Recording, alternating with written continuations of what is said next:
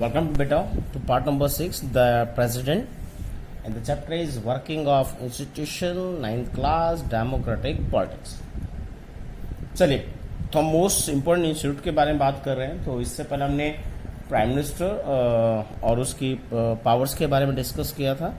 Now we discuss second important institute of the democracy, that is president. चलिए start करते हैं.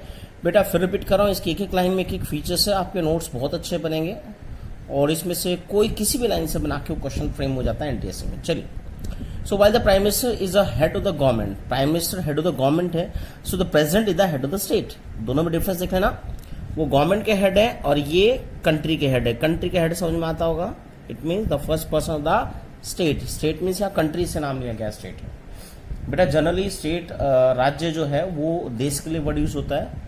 वो अलग बात है, इंडिया में हमने कंट्री को डिवाइड किया डिफरेंट स्टेट्स में. Okay, in our political system the head of the state exercise the nominal power. और हम पहले पॉलिटिकल सिस्टम की बात करें तो हेड ऑफ स्टेट यानी प्रेसिडेंट की बात करें, exercise a nominal power. Nominal power नाम चारे की पावर होती है, नाम होता है उसका. The president of India is like the queen of Britain. Queen of Britain यानी वहां रॉयल फैमिली की जो ब्रिटेन की क्वीन है उसी की तरह बेटा इसकी पावर है. Whose function are to a large extent ceremony. Ceremony यानी दिखावे के हैं हम कह सकते हैं. The president supervise all over functioning of all the political institution of the country. अब प्रेसिडेंट की देखिए फिर पावर दी कि सबको सुपरवाइज कर सकता है जितने भी पॉलिटिकल इंस्टीट्यूशन है कंट्री में, operate in harmony and achieve the objective of the state. तो देश के जो ऑब्जेक्टिव उनको अचीव करने के लिए सभी अच्छे से वर्क करें. The president is not elected directly. इसका डायरेक्ट इलेक्शन नहीं होता बेटा, रिपीट कर रहा हूं, इसका इनडायरेक्ट इलेक्शन होता है बाय द पीपल. तो हम एमपी एमएलए को इलेक्ट करते हैं, वो बेटा इनको वोट करके इलेक्ट करते हैं. ठीक है. The elected members of parliament MPs, parliament means दोनों हाउस आ गए इसमें, Lok Sabha MP and Rajya Sabha MP. And the elected member of the legislative assembly MLA सभी स्टेट्स के इलेक्ट हर a candidate standing for president. Post has to be to get a majority of votes to win the election. तो जितने भी बेटा candidate खड़े हैं president race में उन सबको बेटा वोट करते हैं और मेजोरिटी जिसको मिलती है वो बेटा इलेक्शन जीतता है. यहाँ पे एक वर्ड हर यूज किया है बेटा प्रेसिडेंट के लिए. तो ये शो करता है कि इंडिया में फीमेल कैंडिडेट भी प्रेसिडेंट बन सकते हैं. जैसे पीछे हम कहते हैं हमारे प्रेसिडेंट रहे भी हैं बेटा. ठीक है. और प्राइम मिनिस्टर तो इंदिरा गांधी रही थी, फर्स्ट लेडी प्राइम मिनिस्टर. तो हम बात करते हैं हर इक्वलिटी को शो कर रहा है मेल फीमेल को. ठीक है. अभी प्रतिभा पाटिल थी, उसके बाद एपीजे अब्दुल कलाम है, राइट, और अभी फिर हमारे एक दलित प्रेसिडेंट भी हैं. तो कहीं ना कहीं वेरिएशन को दिखा रहा है कि इक्वलिटी है इंडिया में. तो यहाँ हर वर्ड यूज हुआ है मेल फीमेल के लिए. ठीक है, कि फीमेल कैरेक्टर भी हमारे यहाँ सबसे टॉप मोस्ट पोस्ट पे आ सकता है. चलिए, this ensure that the president can be seen to represent the entire nation. President पूरे कंट्री को रिप्रेजेंट करता है बेटा. At the same time the president can never claim the kind of direct popular mandate that the prime minister can. अब बेटा वो अब कभी भी अपने आप को पॉपुलर मैंडेट नहीं शो कर पाता है. क्यों?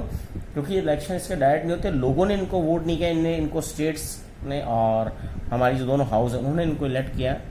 और जो पीएम है वो इसको बेटा पॉपुलर मैंडेट को शो करता है क्योंकि लोगों ने इसको जिता कर भेजा है. उसकी पार्टी जीत के आई जिसका वो लीडर है. ठीक है. This ensure that she remain only nominal executive. तो हमेशा वो नॉमिनल एग्जीक्यूटिव रहता है क्योंकि डायरेक्ट इलेक्ट नहीं है उसका.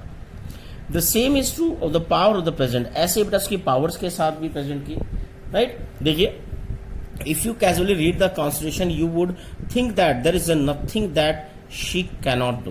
देखिए, कॉन्स्टिट्यूशन में जो लिखा है उसकी बात कर रहे हैं कि ऐसी कोई चीज नहीं है जो प्रेसिडेंट नहीं कर सकता. बहुत पावर है अगर हम रिटन डॉक्यूमेंट्स की बात करें, कॉन्स्टिट्यूशन की बात करें. But all the government activity take place in the name of president. क्यों? जितनी भी एक्टिविटी गवर्नमेंट की होगी बेटा सब प्रेसिडेंट के नाम से होती है. देखिए कितना पावरफुल पर्सन लगता है हमें. All laws and major policy decision of the government are issued in her name. जितने भी डिसीजन होंगे सब उसी के नाम से होंगे बेटा. All major appointment are made on the name of president. जितनी बड़ी अपॉइंटमेंट होगी सभी प्रेसिडेंट के नाम से होगी. This include the appointment of, बहुत से अपॉइंटमेंट नीचे पिक्चर दिया है देख सकते हैं आप बेटा. यहाँ एपीजे अब्दुल कलाम मनमोहन सिंह को ओथ सेरेमनी में ओथ दिला रहे हैं. ठीक है. सो हम बात करते हैं this include the appointment of biggest post in the India. देखिए यहाँ कुछ एग्जाम्पल दिए हैं. First example the chief justice of India, जो जुडिशरी के सबसे हेड है, उनकी बात कर रहे हैं बेटा हम. ठीक है. द जजेस ऑफ सुप्रीम कोर्ट के जजेस भी अपॉइंट करते हैं, इन्हीं के नाम से होते हैं। The high court of the states, the governors of states, the election commissioner, ambassador to the country, all international treaty and agreement are made in the name of the president. तो ये तो अपॉइंटमेंट होगी। इसके बाद हम prime minister की हम पीछे पढ़ चुके हैं, कैबिनेट मिनिस्टर की हम पढ़ चुके हैं, राइट। सब अपॉइंटमेंट इसी के नाम से होती है बेटा। इवन जितनी इंटरनेशनल ट्रीटीज है, दूसरे देशों से जितने हमारे संबंध है बेटा, जो हम उससे संधियां करते हैं, वो भी बेटा प्रेसिडेंट के नाम से ही होती है, ठीक है। The president is the supreme commander of the defence force. ये एक बड़ी अच्छी पावर है कि तुम्हारी तीनों जो नेवी, आर्मी और एयरफोर्स है, उनका सुप्रीम कमांडर बेटा प्रेसिडेंट ही होता है, ठीक है। But we should remember that the president exercises all this power only on the advice of council of minister.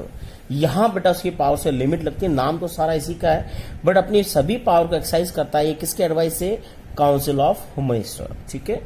जैसे पीएम इलेक्ट तो करता है, ये सॉरी अपॉइंट करता है, बट मेजोरिटी पार्टी बताती लीडर कौन है।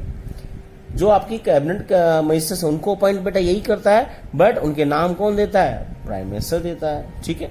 तो इसकी सारी पावर कहने की एडवाइस होती है इसकी, काउंसिल ऑफ मिनिस्टर पीएम से एडवाइस लेता है। The president can ask council of minister to reconsider this advice. President उनकी एडवाइस को मानने के लिए बाध्य तो होता है, बट वो एक बार रिकंसिडर करता है, आप एक बार दोबारा सोचिए और दोबारा वो उनसे एडवाइस दे सकता है, ठीक है। और 2-3 बार भी सेम एडवाइस आए तो प्रेसिडेंट को वो माननी पड़ती है। क्यों? वो बेटा डायरेक्ट इलेक्टेड है, उनके पास ज्यादा सुप्रीम है, पावर है, okay. But if the same advice is given again, she is bound to act according to it. तो प्रेसिडेंट को बेटा बाउंड है वो उनकी एडवाइस को मानना पड़ता है। जैसे हमने लॉ मेकिंग फॉर्म जो प्रोसेस थी उसमें भी देखा था कि लोकसभा राज्यसभा से पास होकर कोई लॉ गया तो एक बार उसको रिटर्न कर सकता है प्रेसिडेंट, पर सेकंड टाइम भी अगर वो पास होकर आ गया तो उसको बेटा साइन करने होता है, ठीक है। तो वही इसकी मजबूरी है।